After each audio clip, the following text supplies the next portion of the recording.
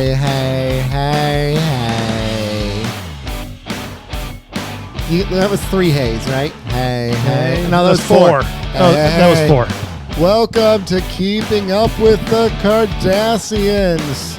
Today, we're bringing you a very special episode where we are going to go into a spoilerly review of the Penguin TV series airing on HBO Max. It was just released this last week. We're going to go into a very heavy spoiler review of that today. So, you have officially been warned, but welcome to the podcast. And today, it's Nick and Rob. Like the days of old. We're bringing it back to the beginning. We're bringing it back to the beginning. It's just us two fools. And we're excited to be with you. Joe is not with us this week. It's just scheduling stuff. That's all it really is. Scheduling got in the way, and we decided that, hey, look, scheduling happens, but Keeping Up with the Kardashians must continue. It must. Yeah, we just, with all the gaps we had there for the summer, it was rough. And we still wanted to put something out. Yeah. But there was enough to do and talk about that we wanted to get together anyways today, and here we are. So there's a couple things we want to talk about. We're not going to review any of the Star Trek: The Next Generation today because that is something we do with Joe. Yes. But we are going to. I do have some Star Trek news. And we got some the Penguin review, and I got some other stuff that I want to bring up with you as well. Let's do it. So that's what we're going to dive into today. And I want to start off with I'm going to save all the Penguin related kind of stuff together. So I'm going to stick with that. I want to start with Star Trek news. There's a couple things going on. First of all, I don't know if folks know. We're going on a cruise. We are going on a cruise. I know. They have to know. We've said it multiple times. Yes. Yeah, we say it all the time. But as I start to get pumped for this cruise, they just released the other day, the Star Trek cruise thing just released all the people you're able to get signatures from and all the rates and all that. And here's something where I'm actually kind of a little annoyed with. Like, I know you cannot give me your signature for free. I get that because then the lines would be ridiculous. But at the same time, I'm paying additional money to go on this cruise to be, with these people. I would expect it to be lesser than it would be at a Comic-Con. I kind of was shocked by the prices too. And the rates were pretty high. Yes, they were. And I was a little bummed about that. Like, do I really want to pay $80 for an autograph when I've already spent, what have we spent, like $2,000 a room, right? Like something like that. Yeah, it's so expensive. So you're paying this money to go on this cruise. I don't know. I don't know. That being said, I tried to get our name on there for signatures and pictures, and I don't blame you. And they said no. They said no. Essentially, we're nobodies. Oh, that's what they said. Well, whatever. I mean, I would pay people to take my signature. Exactly. Let's just bring a little folding table with us 100%. And just set it up. It's like, we'll give you $5 to sit down with us and want to take your picture with us. It'll be great. Come on, it would swear. be fantastic. Oh my gosh. But yeah, I get why, part of me gets it, right? It is a business. They're trying to make money.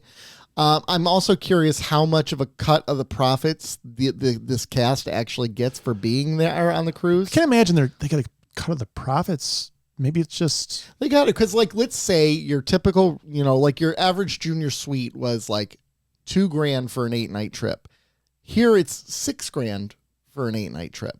So that $4,000 is going towards the talent. That is because the other money is I guess that makes sense. Line. Yeah. So they're getting paid, but the problem is it's not just them; it's the people who organize it, the agents, everyone else. I don't know. Yes, it's tough because I'm gonna get some of them. I was actually gonna text you guys the other day saying, "Can I book Tawny Newsome right now?" Yeah, I know, right? That's a good one. That is a very good one. That is a good one. Tawny Newsome would be a good one. Obviously, I want Jerry Ryan's signature. Yep. I would like. We're gonna go see Nana again. Of course. Have to. Just gonna see Nana, who is coming on our show hopefully after October 15th. October 15th. Okay, I got to talk with her about what song we're gonna karaoke to together. You think she's gonna karaoke with you? Maybe we'll find out. She did in the video that she asked us to come drink tequila and sing karaoke. Hey, I'm all about the tequila tasting. I'm all about the karaoke. So I'm all about singing badly. So it works out. I'm not tequila. I'll do whiskey, but I won't do tequila. No, you're going to do tequila. If if we're invited to a tequila tasting with the you're doing tequila. yeah, that's true. Yeah. Are there any signatures you really want on that cruise? I'm not a big autograph person. I'm not either. Honestly. Just with the impending future of my memory issues, I want the pictures. You want I want the pictures so maybe I can remember that. Right. Plus, I really want to taunt my daughter with the Lower Decks cast picture. Oh my gosh, wouldn't that be great? Oh, I can't wait. Because it's Eugene Cordero and Tawny Newsome going to be there. Okay. And then from Strange New Worlds, Celia Rose Gooding and Melissa Navia are going to be there. Heck yeah. Discovery, you got Wilson Cruz and Mary Wiseman. Enterprise, you got Vaughn Armstrong, Linda Park, Connor Trinier. Then you got the whole Voyager cast. All of them. Minus Jennifer Lynn or Leanne or whatever. Does she count? Yeah, I mean, she was on there. And well, then, I guess, yeah, because Denise Crosby counts for TNG. Yeah, exactly. And then you got some DS9 people, Chase Masterson, Casey Biggs, Jeffrey Combs, Matt Grodenchik, Nana Visitor, Robert O'Reilly, who's also Next Generation. Got to get them Gowron eyes, man. Robin Curtis, Jonathan Del Arco, Denise Crosby, John Delancey, Jonathan Frakes, Kate Mulgrew. So, and I think they're still announcing some members. I don't imagine it Well, growing. the Lower Decks cast just got announced like 2 weeks ago. Yeah, exactly. So I don't imagine it growing much more at this No, point. that's a lot of people. But that's still pretty cool. Yes, I'm pretty excited absolutely about it. Yeah, it's going to be fun. I'm looking forward to it. So I just was a little bummed about that. I understand everything's a money grab. I mean, obviously you're going on a cruise with the Star Trek. Yeah, I mean, fandom, it's just so. like you said, some of the extreme prices of some of them was just a bit much. Yeah, it bugs me a little It bit. felt a bit much, I guess. It does. But I might pay it anyways. So I'm gonna pay at least one or two. Yeah, right. So, I mean, there's that going on for Star Trek. Then a couple days ago, they had the Family Feud Star Trek. Yes, I thought it was on Hulu, and it wasn't. I didn't watch it. It's on Hulu Plus or whatever. I know friend of the show, Will Wheaton, was the team leader for his Star Trek group. So I don't know how they did. So I got to go back and check it. But here's another interesting Star Trek nugget that I found just today that I wanted to share with you.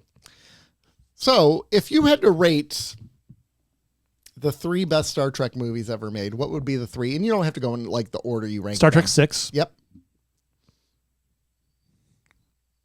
Star Trek First Contact. Okay. And probably 2. The Wrath of Khan. Yeah. Okay. All right. I'm glad you said Wrath of Khan. Okay. Because that's what this is about. Oh, fair. That would have been great had I not mentioned it. But that would be my top 3. I meant Star Trek 4. Star Trek 4. Yeah. The Search for Whales. Yeah. So there was this thing with Nicholas Meyer. Nicholas Meyer was the director of the second Star Trek movie, Star Trek II, The Wrath of Khan. And it was widely successful, but it had a lot of issues in pre-production and during production. One of those issues was Gene Roddenberry. Yes. Gene Roddenberry wasn't thrilled with the movie's premise. In fact, he tried to spoil the plot of the movie to get fans riled up about the death of Spock. And he did some other things as well. And there's Nicholas Meyer. He gives this interview where he's talking about these memos he and Roddenberry had exchanged.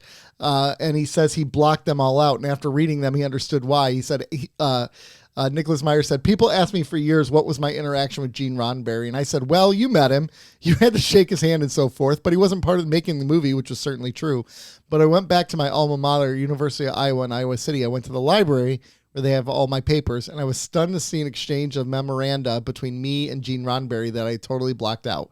Once I read them, I understood why I blocked them. It was very toxic, very venomous. He hated the script. I guess I didn't know any better, so I was in temperament. I responded intemperately, and I just had blocked all memory of this. Wild.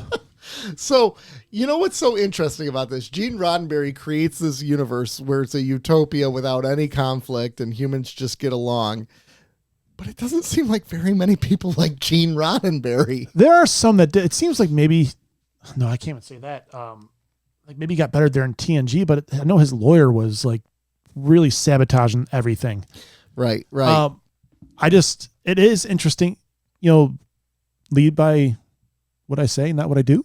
I know. It's just, it is very interesting that he was kind of like a world with no sexism, but he was known for being a little bit of a player. Yeah, exactly. So it's an interesting dynamic. A world of no sexism, yet in all the script, the women are wearing scantily clad clothing, and Kirk Kirk's was sleeping shirtless with them. all the time too. Yeah, yes, yeah. I mean, I feel like it was really leading. Oh, it was definitely leaning. I'm just saying. Yeah. But it's just, I don't know. It's interesting, but that goes for a lot of things, right? Like the carpenter whose house is falling apart, the lawn care guy whose yard Yep. is a mess. Like it's that same idea. Like they spend so much of their time and energy doing this other thing that the rest of their life is kind of falling apart. Yep. And maybe that's the truth here. I don't know. That's just a thought. I mean, I haven't been here in a week, and you've seen this place. It happens, man. It happens to all of us, to the best of us. It does. So that's my Star Trek news for the day. Excellent. Do you feel quenched? Since we're not covering Star Trek, I like the Star Trek news. Yeah, exactly. This brings me to box office news. All right. Box office news. Transformers 1. Have you heard anything about that on Rotten Tomatoes or reviews or anything? No, my friend, actually a friend of the show, Josh, who was Yep. the voice in what was it, Behind the Pod Yep. and was on our episode of Trek Theology, he Yep. said he's heard good things. So all the reviews of it are fantastic. Fantastic. They're saying it's probably the best Transformers movie ever made, even over Transformers the movie. Slow down. No, I'm not joking. down. Like they're and this isn't just They're what? critics Hold on. They're what? blowing it away. They're blowing it. And this isn't just the critics talking about it. This is like the professional paid critics who make lots of money. This is like the fandom websites talking about this movie. The fandom people who go and see the movie, they're talking about it and they're saying how great it is. Okay. All that is to say, it's bombing at the box office. Is it? It's only on track for $26 million this weekend. And is this opening weekend? It is. Okay. It is. There's a very small chance that it will still lose to Beetlejuice. Which you loved. Oh, I absolutely adored that film. I gave it a 3 out of 10. Yeah. Listen to Nick's review last week. Oh, gosh, I hated it. It was such a big pile of crap. I hated it. Conversely, Joe, who is my imaginary friend here, Hi, Joe. he loved it. He did. I will not see it. He loved it. I don't know. So I guess it makes sense that something like Transformers would not make a lot of money like that. It looks like a kid's movie. It's CGI. I'm not a big fan of the animation style. It's also a prequel. I mean, obviously Transformers is all going to be weird. Megatron and Optimus were friends. Yeah, they're best buds. They're best buds, but something happens where they become enemies. Oh no. Not even frenemies. What could it be? So we'll see. It's sad to me. Yeah, But it's a bummer. it's actually kind of an original take on the Transformers. Instead, you're going to have more Michael Bay stuff. I know the next Transformers movie is a Transformers and G.I. Joe crossover. Is that really what the plan is? It's absolutely happening now. Okay. And I'm heartbroken. I am nervous because Yeah? they haven't done a G.I. Joe movie yet, correct? At least Transformers 1, I thought was pretty What's awesome. the closest G.I. Joe movie to you that got it correct? They've made like None of them. 3 of them. 3. Because it has the Snake Eyes prequel. Yep. And then G.I. then- Joe and G.I. Joe, whatever the second But one what was. was the most enjoyable of the 3? Snake Eyes. Snake Eyes, Yeah. really? Even though it was like... I hated the origin story they did for him, but it was the best of the 3. Okay. All It right. took the materials seriously, for lack of a better term, more than the other 2 did. Well, regardless, it's not a good time at the box office. No, it's a bummer, man. And it's not good because movies aren't making what they are. In fact, major movie theater chains, I just read an article today, that the National Association of Theater Owners announced a plan to invest $2 billion into movie theaters. Okay? So some of this is going to be used for projection and sound technology. But they said they're also going to do things that don't necessarily have anything to do with going to the theater. In a statement, the president said, "There's no question that movie fans of all ages love heading to the theater to see great movies on the screen, but the competition for consumers' hard-earned dollars is fiercer than ever. Going to the theater is an unparalleled entertainment experience, and exhibitors dedicated to making every visit to their theaters memorable." So where are they putting the money? Did they say? They haven't really said exactly, but there's rumors that they're like, oh my gosh, they're going to start putting like pickleball and zip lining courses and all these sort of things into these theaters. And this was a variety article, actually, to be I clear. always thought that they're like Joe, and I think it was Joe that was talking about on the one episode where you have all this empty space, you could utilize it for other things. It's Southfield, the Southfield Theater. Yeah, we were talking about that. Yeah. How we wanted to make a scary movie theater. Yeah, and then like we talked about the tactical laser tag course. Do that on a wing of a theater that's not being used. It's a beautiful idea. Right, exactly. Those sons of bitches listened to our show and stole our idea. They did. That's where it is. Well, you know what it is? There are some... If you're a lawyer, call us at 734-494-0980. We have somebody to sue. There are theaters already out there that are built like with bowling alleys and Yeah. restaurants and everything. So like you spend the whole day there. I think that's their thought. They're going to go to more like almost like a Dave and Buster's. No, you make it an model. event. Right. With axe throwing, Yeah. a real restaurant.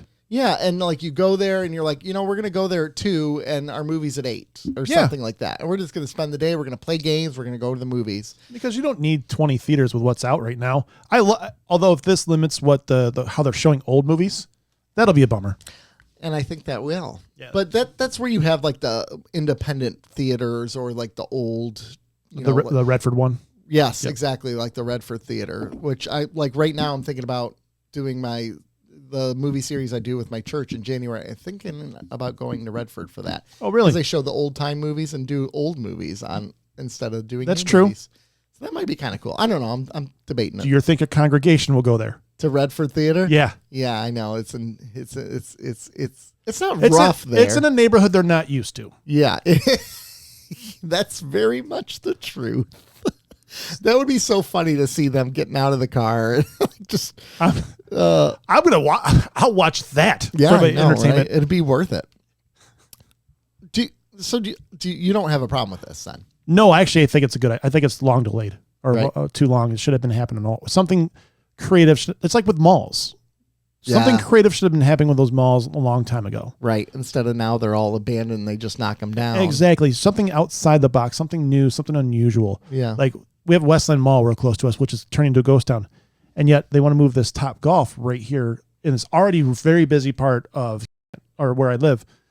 But why not tear up part of that mall and build it there where the space is dead already? Yeah, exactly. Where probably the land would be cheap because there's nothing there anymore. Yeah. I don't know. So this is an opportunity to do that and pickleballs. I mean, we have rec gyms that have pickleball, volleyball, racquetball. They don't really do crazy business, but they have one thing turned into an auditorium where maybe pick up basketball or something along those lines. That could be that, tennis. Who knows? Yeah. But make it an event. The restaurant, the axe throwing, the foos or foaling. There you go. I agree. Yeah. Anything to get people into the theaters, anything to re-engage them. Yeah. I think that needs to happen. Absolutely. Absolutely. Yeah. I'm behind it. I miss theaters. I do. I miss when people went to them. It was nice to go to Deadpool and Wolverine, and it was packed. Oh yeah. It was so nice. Well, and then people were laughing, and like everyone Yep. was there having a good time. Like there's just an experience to it. It's so much fun. On the other side of that, when we went and saw Beetlejuice, we went to the theater here in the Imagine Theater, and it was like empty. There was like 10 people in it, but that was like the second week of it. And we saw Fall Guy pretty early, and it was not fi- full, but it wasn't empty. Where did we go for that? Did we go to the Phoenix Theater or did we Oh, go you went to Canton? Phoenix. Okay. Yeah. It was relatively full. Yeah, the Phoenix Theater is never really packed though, unless it's on like opening nights or the weekends. So the Phoenix Theater nearby is not stadium style seating. It's actually more of that kind of slight curve, but they have very comfortable chairs. They have some good sound. Yeah, they still recline, right? Absolutely. So it works out pretty well, and they're super comfortable. They're heated. Man, I went to Beetlejuice, and my heat was broken on my seat. I was so pissed. Dude, just the entire movie. I'm like, I don't want to be here anymore. You missed an opportunity to just go to the new sheets that open up down the road, buy that, And heat up my own and seat. heat up your own seat, and kill everybody in the theater with the smell of your farts. That's all it would have taken. That's all you would have taken. Gosh, man, I missed out. You missed out. I ruined it. Yep. It's all over. Dang it. Speaking of movies, though, here's another thing that I want to share. I was on one of my favorite sites that I go to for movie news. Pornhub? No. Okay. It's a website called JoeBlow.com, and I've gone to it for years. JOBLO.com. Oh, okay. I'm used to the Joe blowing. No, not that. Sorry. I get confused easy. He's not here right now. Oh. That can't happen. Oh, he actually is. He's under the table. Ew. Disgusting. So on this, he has Christopher Nolan movies ranked from worst to best. It's by Chris Bumray. So all his films? Bumray, yes. Okay. Okay. So his films, let's see I'm going to name his films in no particular order here right now. So we got Batman Begins, Inception, The Prestige, The Dark Knight, Tenet, Memento, Dark Knight Rises, Insomnia, Oppenheimer, Dunkirk, Interstellar. He has 11 movies he's made. Okay. Okay. So here are the rankings of his movies. Okay. And he also starts off by saying there is no such thing as a bad Christopher Nolan movie. In ranking these, he said none of these are bad. That's actually pretty accurate to date. Yeah. I mean, there's not really a stinker, like even close to a stinker in the bunch. Yeah. Yeah. They have the worst one, or the worst of the best for him. They have Insomnia from 2002. Okay. I thought that was a solid movie. Have you ever seen it? Yeah, it's great. Gosh, Robin Williams is great in there. Yes, he is. And then you have Al Pacino at kind of the top of his game. Great. Okay. Yep. So that's 11. Now, here's where I already start disagreeing with his picks. He puts at number 10, Interstellar. He puts 10 at Interstellar. Okay. 9, Tenet. 8, The Dark Knight Rises. I'm okay with Dark Knight Rises being low on the list. So am I. 7, Memento. Okay. 6, The Prestige. Prestige was fantastic. Gosh, so good. 5, Batman Begins. Okay. 4, Dunkirk. Okay. 3, Oppenheimer. Okay. 2, Inception. All right. Which leaves The Dark Knight, as his number one film. I think that's the easy choice. Do you think that's the easy choice? Or do you think, like, honestly, I feel like, especially now with all the superhero movies we've seen over the last, so Dark Knight was 2008. Yes. Okay. So let's say in the last 16 years since then. Gosh, that's 16 years old already. I know, it's crazy. Knight. I still feel like it's wholly stands on its own as an original piece of work. I agree. I think that even though I like Batman Begins better as a Batman movie than Dark Knight, but I think Dark Knight's probably a better film if you can tell the difference. Yeah. And I think that it is probably still the best comic book based movie there is out there. Right. I just feel like it's a movie that appeals to the comic book fan and just the average. Because I had the crime boss. They had a whole different feel to it. Yeah. It really took the material seriously. It took the material seriously. It felt grounded and as real as it can feel about a billionaire dressed up as a bat. Yes. Right. I have no problem with Dark Knight being number one. Yeah. But Inception is 2. I really like that pick. Absolutely. As well. Inception was such a good movie. It's fantastic. I actually wonder, he's got Oppenheimer as 3. I really enjoyed Oppenheimer. I really, truly did. I don't know if I would rank it 3. I wouldn't rank it above Prestige. Above the Prestige or above Memento even. Memento does something entirely different. It does. I might have to watch Memento again before I could actually do this list. It's been a while since. It's probably been at least a decade since I've watched Easily. it. At least a decade. I'm surprised Tenet is not ranked the worst.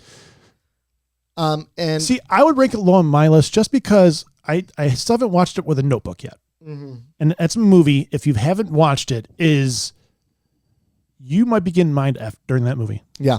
It is something else. Put your phone away, turn it off, and you have to listen. This movie you have to pay attention to. I really need to watch it again because I was super confused by it. I felt about as dumb as I've ever felt watching that movie. Oh, yeah. And I feel pretty dumb most of the time. I was like, holy crap. Yeah. And also the sound mix was terrible in it, I remember. That's the problem with Christopher Nolan. He sometimes struggles with his sound mixes where the music overpowers the dialogue. I think he does that on purpose, though. I think that's his style. It is kind of his style, but like you think about it, Interstellar, he absolutely did that with Interstellar. Yeah. Tenet does that. goodness, The Dark Knight Rises, the opening scene that they had to redub it with Bane. Bane, oh, you can imagine the fire. Oh. That's what he sounds like. Yeah, I gotcha. Yeah. So I think if I'm gonna, that's his weakness. I think sound mixing. Even Oppenheimer at some points, I feel like. Well, like even in the beginning of Inception, was it Inception? Oh, Inception. Whenever they did that, the dialogue got hard to hear. When the car's flipping over, exactly, going in slow mo. That's such a good movie. It is a really. I want to do a challenge where it's watch every Christopher Nolan movie back to back marathon. A back-to-back marathon? A back-to-back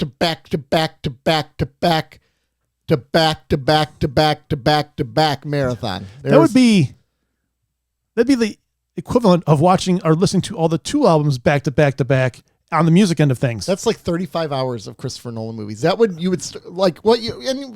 could do it in a decent way. You start Friday night, you watch 3 movies on a Friday, go to bed, nap up a little bit, get ready, rest and recharge for Saturday morning. Boom. You do it all Saturday. Do it nonstop. Do it. Am I talking about movies now? I'm not sure. But you're going to do it all. You're going to get a little bit of rest. But are you watching the movie? Get some fluids back in you and finish it up on Sunday. What are you doing when you're watching these movies? I don't know. What does Christopher Nolan make you feel like you want to do? I don't know. It makes me feel like he wants to be the Batman. Especially when Hans Zimmer's doing this score. Mm-hmm. It's true. So, I like the list. I appreciate it. It's not bad. It's not as bad as some of the lists we've done on this show. It really isn't. So that's quite a nice find. Yes. Yeah.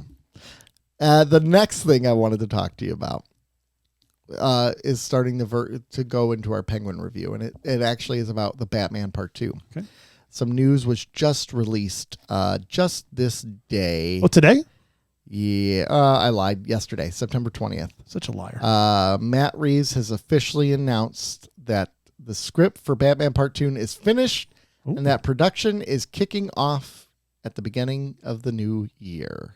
Why wait, man? Let's do it up, Dewey. Reeves said that Batman Part 2 will jump forward a period of time following the events of the first movie and the Penguin television series. Okay. He said that Colin Farrell's Oz Cobb and his actions in the Penguin will serve as one of the entry points into Batman Part 2. I want to know what the period of time is. Yeah, he says Oz becomes one of the entry points into the movie. I can't tell you where it goes from there, except to say we're super excited about it. So are we. We're so excited about it. So it's going to be a period of time after. That'll be interesting. What would you define as a period of time? If I say that. I would say 2 years. 2 years? A year, at least a year. Period of time. Kind of like when Batman Begins went to the Dark Knight. It was like 6 months later, right? Okay, But see, I think, that's doable. I think we're going to do a year here. I think that's what it should be at least. Well, to show Gotham, they probably don't want to dive too much into it looking like a crap hole right now. Right. That's just too much of a direct follow-up to the prior movie that was X amount of years ago. Right, because the Dark Knight actually, it Dark Knight wasn't a total crap hole. The Narrows was, but the rest of the city was fine. Well, they cleaned And that then up by quickly. 3, it was perfectly clean. It was like there was no crime anymore. Until Bane came around and blew up a Bane stadium. came and blew up the stadium and killed all those innocent people. Were they innocent? I don't know. Maybe not. One thing before we go into Penguin as well, I forgot. Sometime in the near future, once we kind of figure out our schedules, we'll be having Brody on our show from Talk Punch. He'll come on, do the pop culture part with us, and do the TNG review part with us as well. Ooh. Oh, he's going to do that too? That'll be fun. And well, originally I was exciting. trying to come up with like a fun concept where we could have all three of those cats on. Yep. But he had said something on his show 2 Wednesdays ago, and I was like, you know what? Just get him on for a regular show. Yeah. That's when I text you guys about it. Okay. Well, there we go. So if you haven't checked out Talk Punch, great show. They do a lot of lists and occasional pop culture, just general conversation. The list can be very fun. And it's still a show that did every Marvel movie and ranked them from best to worst, for lack of a better term. And that's an undertaking. Yeah. You want to talk about a marathon. Yeah, that's a lot of work. That's a lot of work. Yeah. No, thank you. I'm going to pass on that one. Yeah. Because there's some stinkers that I'm going to skip in there. Like, at least if I did a Christopher Nolan marathon, I'm I'm not skipping any of them. I don't think they rewatched them all. I think they just kind of went off memory and Okay. yeah. All right. Well, that makes a little more What sense. movies made them feel all warm and fuzzy inside? And those were the top movies. I get you. I hear you, boo. It's like when people listen to this podcast, they all feel warm and They fuzzy feel inside. warm and fuzzy inside. Or vomity. I don't really know. Probably a combination Yeah. of each. You feel warm and fuzzy, which leads to the vomiting. Oh. Or maybe you vomit and then feel warm and fuzzy after the vomiting. Yeah, you get that. I Yeah. don't know. Yeah, that It's like that bad taste in your Well, mouth. then again, I gotta be honest. After you vomit, you usually feel pretty great. It depending. I haven't vomited since I was 8 years old. Oh my gosh, that must be so nice. So I couldn't even tell you what that feels like. I want to take the most attractive person on this planet. Thank you. I appreciate that. I want to take the most attractive, like the most, like you look at them and you're like, they are perfection. And then watch them throw up and see if you feel the same way. Because when you throw up, it's just like like your whole body heaves and you. Who is the most attractive person on the planet? 734 4940980. And who would you want to see throw up? Yeah. That's a great way to look at that. And not necessarily to see if you'll still find them attractive. Would I find Henry Cavill Attractive if he throws up. Yeah. Yeah. It's just something that keeps me awake at night. I've never seen Joe throw up, but I still find him attractive. I feel like Joe's thrown up quite a bit. I'm going to guess so. What's the over-under that Joe's thrown up in the last 4 months? I'm going to go under whatever it is. Under? Okay. All right. I get you. All right. Yeah. We're gonna put that money down on that one. And when he comes back next week or comments below, see what I did there. Yeah. We'll find out. Well, I'm going to go with 0 though. okay. If the over under is 1, I'm going under. Okay. All right. I hear that. I'm going to go over. I'll Okay. take the over, you take the under. All right. And if we do it a month and you took the under, I'll take the over, and I'm going to say like 2 months. So what's the chances I could get you both to throw up on this cruise that's coming up in February? I don't know, man. I drank a lot on that last cruise, and I never threw. I thought for sure the NFC Championship game I would throw up, and Yeah. I What? was fine. I wanted to at the I was result of that heartbroken. game. I was heartbroken, but I did not throw up.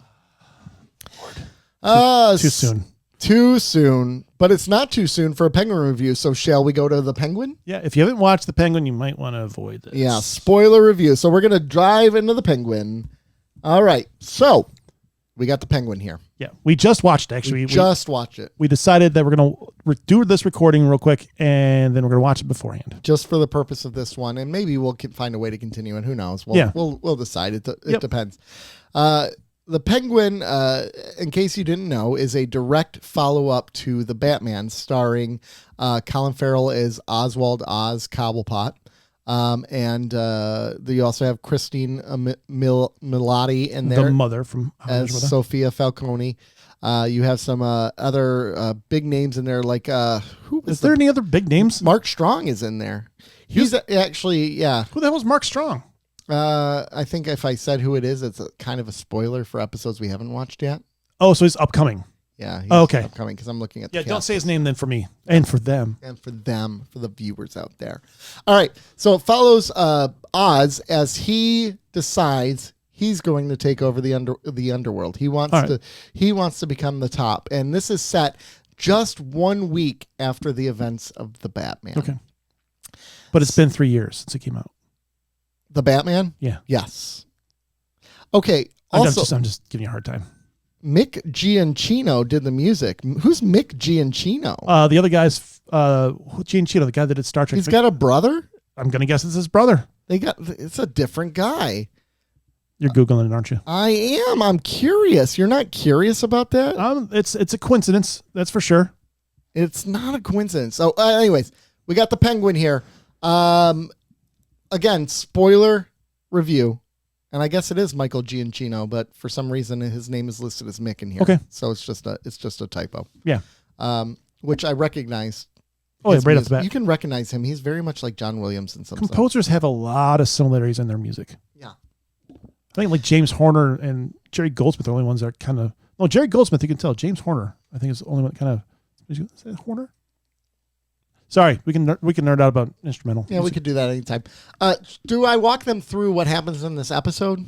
Do we really? Just briefly, maybe. So basically, the episode. Briefly? I mean, very, very, very Briefly. briefly. I mean, the episode opens with Oz deciding or having a conversation with Carmine Falcone's son, Alberto, and in a fit of rage, he kills Alberto. So mad. And now he's like, crap, what am I going to do? So he tries to cover up the death of Alberto, and it puts all these dominoes in motion where Falcone's daughter comes out of the woodwork. Sophia Falcone comes out, and she's like, you're up to something. I don't trust you. She wants him dead. And he decides he wants to go on the run, and Oz's mom steps in and says, you ain't going to run. You're going to take the city. And he's like, okay, I didn't expect that. That was cool. I'm going to take the city. So the episode, basically, our setup here is Oz plotting with his new sidekick, Victor, who tried to jack his car early, and he just took this kid on. I'm so glad you didn't say it the wrong way. Yeah. And they're going to take control of the Falcone crime family. That's their goal of the whole first episode. And I will tell you, right within the first opening beat, like the first couple minutes, it basically operates like if you've never seen the Batman. Yes. You could get away without it. Absolutely. Because it does like news stories, recaps of what happens. Yes.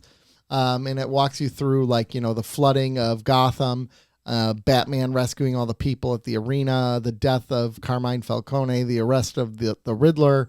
It starts with all that, and within that couple minutes, you're put right back into this world of Gotham. And I did not realize how much I missed it until I watched that very opening beat. Yes, it was very cool. So the episode itself is very, especially the first half, maybe is very like evenly paced. There's not really a ton going on action wise. So if you're looking for a lot of action, you're not getting it here. Don't expect that, especially at the beginning of the episode. It's a very methodical pace. Yeah, you're not getting a lot of action. This is very much, it seems like very much a character study of Oz so far. Yeah.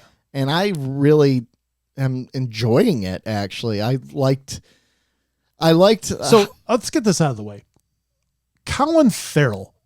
Oh my God. He was incredible. Incredible. I want to say he's better in this than he was in The Batman. I mean, he has more to do. Screen time, yeah. He's got more to do. But if you can't tell it's Colin Farrell, and you can't tell anything about it being Colin Farrell, it's amazing that he's took obviously the fat suit that he's put in and just takes this accent and can carry it throughout and do the hobbling and just change completely who he is. It's amazing. It is so impressive. Yeah. It is so impressive because like he just embodies the Penguin to me. Like he is a good, like I played the Arkham series. He kind of in some way, he's less of a caricature of that. Yeah. But he reminds me of that same Penguin in a lot of ways. You know, when we had Armin Shimmerman on the show and he is nothing like Quark. You talk to him, he is nothing like Quark.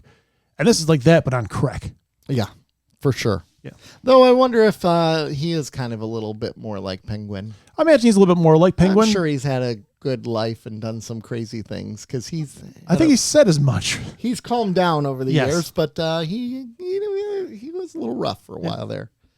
But it's so fascinating because like watching this, like you can see how he goes from like falling into a bad situation, right? Like it's his own fault. I mean, he randomly pulls the gun and shoots Alberto Falcone because he was laughing at him. Yeah. Over his dreams of being loved by the people. Yeah. Right. And for kind of being an upstanding gangster. Yeah, for being a gangster everyone loved, and Alberto laughs at him as he's high and drunk, and he just brings out a gun and shoots him, right? So Oz gets pulled down a rabbit hole real quick here because now he's got to figure out what to do. So the whole episode is about him hiding the body, figuring out what to do with the body, and throwing the Falcone family off of his scent. Yes. And by the end of the episode, they do a pretty good job throwing him off the scent. I believe, at least. Yeah. And it was, I don't even know where to begin with some of these things, like what to talk about. It's easier for me to talk about the performances. Yeah. And then kind of go from there because there's a fair amount going on in this episode where, we gave spoiler alerts, but I'm not really going to try to, I'm going to navigate those a little bit. But what's her name? Christine Milioti. Kristen Milioti. Okay, I know she was not a comedy actor overall. No, she was a stage theater. She goes from kind of subdued to telling us that with her eyes she's a psychotic character very well. Oh my gosh, yeah, she plays The daughter. the daughter of Carmine Falcone, who she just got out of the insane asylum. She was in Arkham. Yep. Because she killed someone. She hung someone or something. They used to call her the Hangman, which I've got to Google. the hangman. Yeah, Yeah. they called her that. So, and she is psychotic. Like when she's on screen, she's got this weird smile and it's just creepy. And I don't like it one bit. I don't like it. But one she bit. pulled it off. And so those two those two performances are worth noting on their own. Oh, absolutely. And she's a good foe for Oswald. For Oswald, yeah. Yes. Yeah. I mean, I've enjoyed her so far because at first you're like, is she on his scent? Like immediately she's on his scent. Absolutely. Right? She can smell bullshit. And her, like, there's no way he can reason with this lady because she is insane Yeah. and she's psychotic. Like how he could sweet talk Carmine Falcone. Like they all say that. Like you sweet talk Carmine, you can't sweet talk us. You can't sweet talk us. You definitely ain't sweet talking Sophia Falcone because she's Right. a nutbag. Yes. Yeah, she was great. The character that they got for playing Vic is really good as Yeah. well. And I'm trying to figure out the name of that actor. Renzi Feliz is his name. And he was actually in the Runaways Marvel Cinematic Television series. Oh, really? Yeah. And he was Crossing over to he was DC. a voice in Encanto as well. Oh, nice. Yeah. So this is his first major role. He's had recurring roles since 2016 and things, but this is his first major role. Awkward silence. Awkward silence. Awkward silence. Yeah. Commercial break silence. No. I thought, yeah. That's where you miss Joe because Joe would figure out something to say there. Yeah. I don't know what he'd say. Say something. Yeah. Okay. Anyway. Renzi Feliz was amazing. You had him in there. You also had Colin Farrell was great. The mom, Deidre O'Connell, as Frances Cobb. He goes to visit his mother at one point, and she gives a talk to him, and it is an incredible talk. Yeah. And again, spoiler. He goes to talk to her to get her out of her apartment so they could go on a quote unquote a vacation, aka the run. And she goes, "Nah, bro, that ain't happening." You ain't running. And she knows what he's done. Like Yep. he tells her, I killed the head of the Falcone crime family. And she's like, okay, well, you didn't kill him on accident. You killed him for a purpose. And now you're going to What are you going to do about it? What you going to do about it? She calls him some names Yes. that are freaking hilarious. Yeah, that's pretty good. Oh my God. Did not expect that. I I was like, did all not right. expect that. All right. But it's and yeah. Yeah. It was something. And that's where his game really starts. He has a talk with his mother, a little heart to heart about some homicide. And that's where it kind of inspires him to take over Gotham rather than run from his errors. If only I could talk to my parents about all the murdas I committed. The murdas. Murdas. Or how do they say it? They got a weird way of saying it. Murdas. Murd. I don't know. They don't I don't know. pronounce the R's. I can't do it now. Yeah. Oh, it breaks my heart. I can't do it. Yeah, but they do a good job of portraying Gotham, They did. the aftermath of the Batman. Yes. And it's a wreck there. If which you haven't is seen great. the Batman, it's worth watching. Yes, it is. Oh, yes. So good. So good. Yep. So, what worked for you in this? What didn't work for you? The acting worked for me. Okay. Absolutely. The acting did. The pacing, even though it was a little slow up front, definitely worked for me. Okay. I like when a show's patient these days because Okay. most shows are not anymore. Okay. I thought you were saying the pacing didn't work for you. No, initially it was a little shell shocking how methodical it was. Yeah. What didn't work for me? Oh, there's got to be something I'm not seeing. But when he goes to see the guy in jail, what's his name? Oh, the Salvatore Moroni family. Yeah, thank you. And he cuts off the ring, or he gives the ring to him, Yeah. and then they, spoiler, they the way he's able to not fly under, not get caught under what's her face's suspicion, her suspicions, Yeah. is a car is set there with her brother's body to kind of get Cobblepot Yeah. free. Yeah. I mean, eventually that's going to come out. I'm not a big fan of. I don't know. I like what he had to say. Like Penguin's idea was like, I put them back on the map. He put them back on the map, but then he basically put them on a target on their back. a mob war. Yeah, put a target on their back too. And at some point during this, probably it just seems like that would come out pretty quickly in the process. But maybe the point is which will make more sense when you watch the episode. I'm sure the point is to just keep redirecting, right? Like, I mean, he did a really good job with that. Like when he went to meet with him in the prison and he's offering him this out and the guy just turns him down. Like already he had another plan in his mind of what to do. Or initially when Sophia like found him out and she's like, how do you know about all this? He had a really good explanation. Yep. He's a master BSer. Yep. So he'll figure it out. I think he's just going to keep figuring it out as he goes. Yeah. I'm looking for, I can't wait for the next episode. I could see how you say that might not work. Yeah. When do they say they're every week? But it's not Thursdays every week. I think it's like a different day every week. Next episode is September 29th, which is 8 days from now. Jesus, it's so far along. Yeah. Yeah. It's next Sunday. So Sundays. Sundays. Yep, every Sunday. Okay. This one just premiered early because, it's a new show. Sure. And the final episode will air November 10th. Yeah, it's a limited series, so I don't think there's going to be a season 2. And I think Colin Farrell's already said he's not necessarily interested in doing it again because he's like the bodysuit is a pain in the butt. I can imagine. There is a full, almost nude, fat bodysuit scene. Yes. So if that bugs you. Watch it anyway.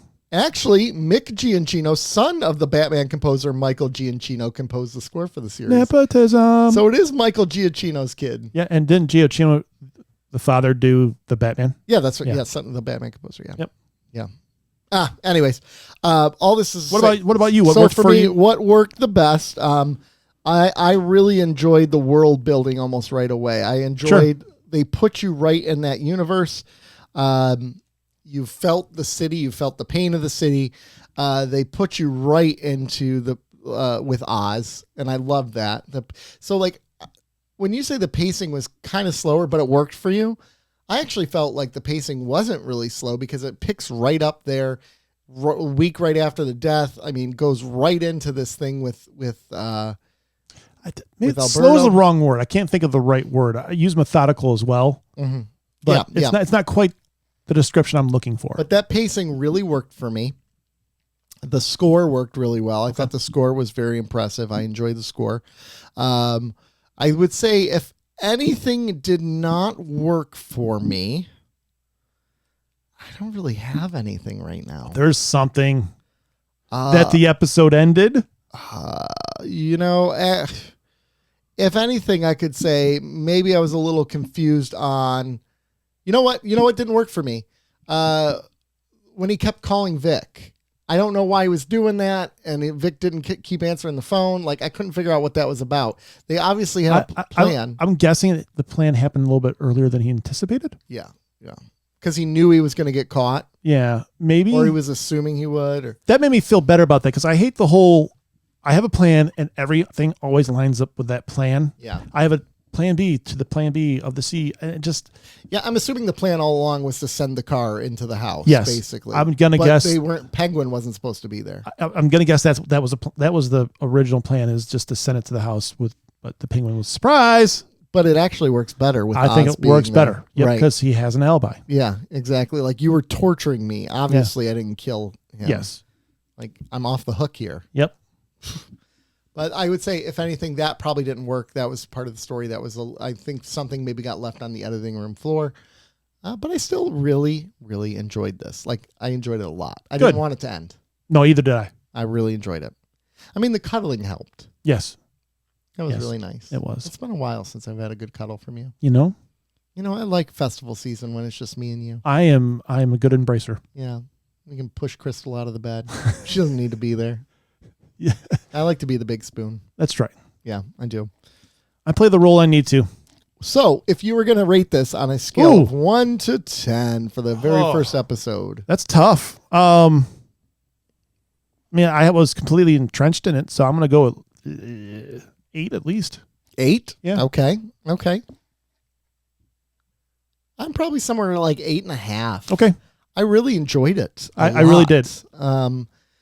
Man, like I didn't realize how much I missed that universe until they started it right away. The acting right off the bat between her and him, just fantastic. I know. Just the opening news story about the fall, the Gotham and everything going on. I'm like, oh, Yes. that was so good. So good. Because I remember, like, when I saw The Batman, it was a long movie, right? 2 hours and 50 minutes or something. It was long.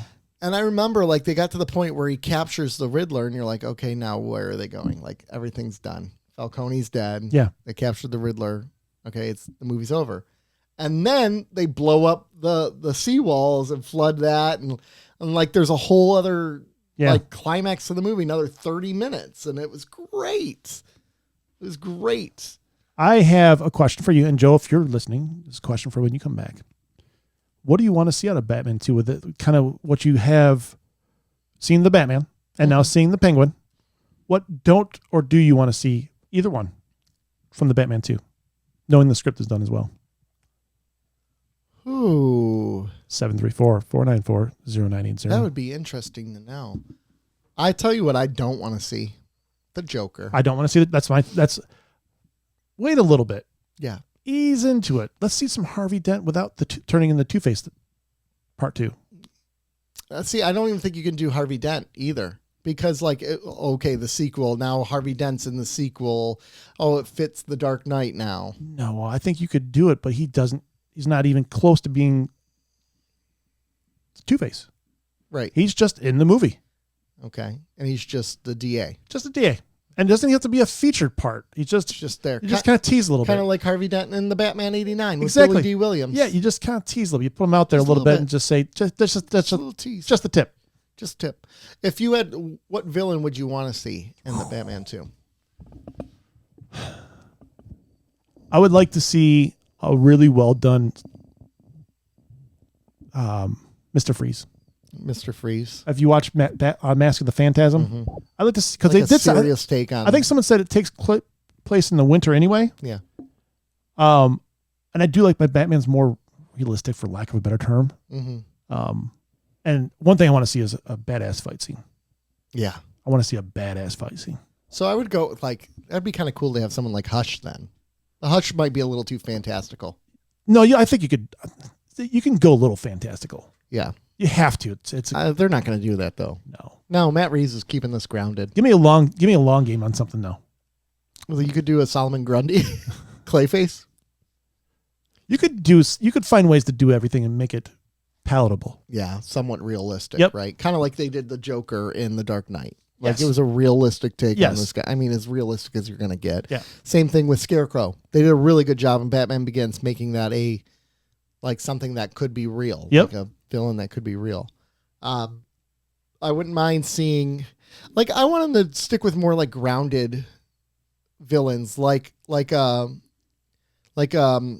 Zsasz, a serial killer, where he's hunting the serial killer. Dude, Victor's like, that's a great one actually. Or like Calendar Man, like Yeah. this psychotic serial killer who kills people on holidays and Yeah. like important days. I think Victor Zsasz for this feel of this show, movie, Yeah. would be perfection. Yeah. How great could that be? That would be That'd fantastic. be really good. That's actually a really good one. Yeah. Because you get the detective version of him too. Yeah, you stick with the detective and you make Zaz like a really good combatant where they get into fights or something. I don't know. He's a cutter. Yeah, he is a cutter. But I think part of it is the nice thing about the Batman was that he's fighting mobs, right? So Yeah. he gets a lot of hand-on-hand combat of Batman versus 20 people. You start taking on Zaz, you're not really having that anymore. He would have a crew. I mean, Maybe. but you could also complement that with something like an easier B villain. Yeah. I don't want to see two main villains. I don't want to see like Victor Zsasz and Mr. Freeze. They'd probably do the equivalent of what they did in the first one, where like you have the Penguin in there, you have The crime family. the Riddler, you have the crime family. See, I but, think you like, build enough with the crime families. You could do a crime family subplot with a featured main. Yeah. I don't know. Yeah. It'd be interesting. So, I'd be curious what people would like to see for the Batman part. Yeah. two. I'd be be curious. I love that we're talking Batman. We got 2 years though. Oh my God. It's so long. It's so long. That's what she said. That's what. Dang it. You beat me to it. I beat you to it. Dang it. Well, ladies and gentlemen, that's all I got. Let's Rob. do it. Yeah. That's all I got. 8.5 out of 10 for me on the Penguin. That's what I got. I got 8. Okay. I'm curious what you all think. Comment, send us Instagram posts. Tell us. Let us know your thoughts. Absolutely. It'd be really cool to hear from y'all. On Threads. No one does that. No one does that. But it'd be really cool to hear from y'all. Absolutely. So make sure you call us, 734-494-0980. Follow us on Instagram. Follow us on Facebook. Follow us on Threads. Yeah. Follow us. We'd love to hear from you. Absolutely. We love feedback and conversation. And join us on Patreon. We have a $2 and $5 tier. $2. Love to have you. Join up. 2. Have a good one. Take care, everyone. This is Nick. This is Rob. Peace. Bye. Bye.